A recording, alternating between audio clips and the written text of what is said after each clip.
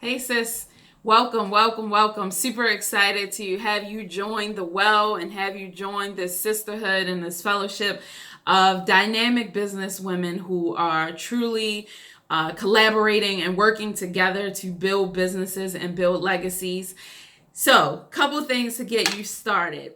One, you have full access to our members platform now. So feel free, jump in there, share thoughts, share ideas, share resources, introduce yourself. Be sure to set up your profile so that we can see you and see what you do and tap into your business and your expertise as well.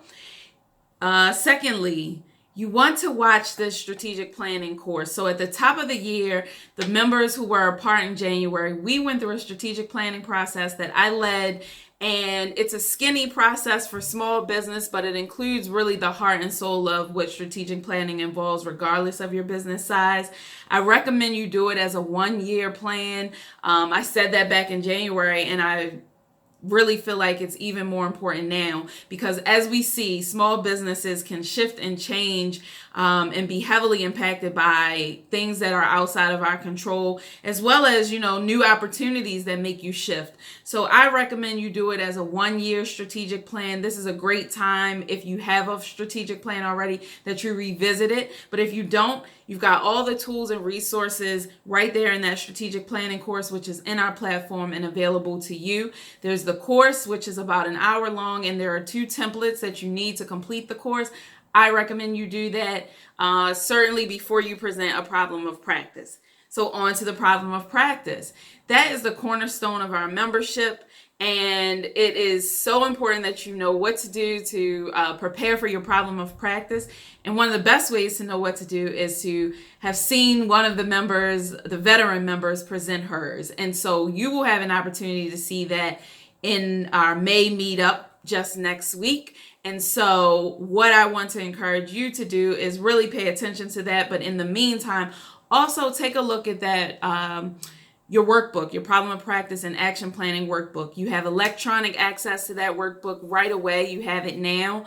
And you can also order a copy, which we will send to you if you would like to have a hard copy of the problem of practice workbook.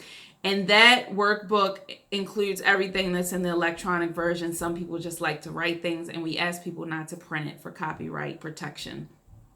So if you, whether you order it or you use the electronic version of the workbook, you go to that section that's problem of practice. You go to quarter 2 section, pull out the problem of practice template, and you want to use that template in a number of ways. One, you want to use it to guide you through the things that you need to include in your problem of practice, because you have an option if you want to present your problem of practice as a PowerPoint or some sort of presentation. You want to just talk through it using the notes that you take in the template.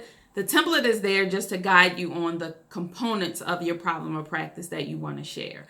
So certainly check out that template. Make sure you become familiar with it. Make sure you use it and complete it when you are planning your problem of practice, because you want to make sure you include all of those parts. Another thing, a best practice on the problem of practice is to focus. You want to get as specific as possible around a topic that you present in your problem of practice. You do not want to present broadly. You present broadly, you get broad feedback, and broad feedback is hard to act on. So you want to get very specific, hone in around one particular challenge in your business and focus there. And then you will get the most detailed feedback possible. I've seen it time and time again as we present problem of practices. So that is an absolute best practice. And you want to do it in a way that is germane to you. What makes sense for you? If presentations are a format that works for you, do that. If they're not, don't go the presentation route, because you'll get so caught up in the process that you won't focus on the challenge that you really want to get feedback on. If that's the best way for you to be organized, do that. If bulleted notes is the best way, do that. You want to make sure you set up your problem of practice in a way that is going to serve you.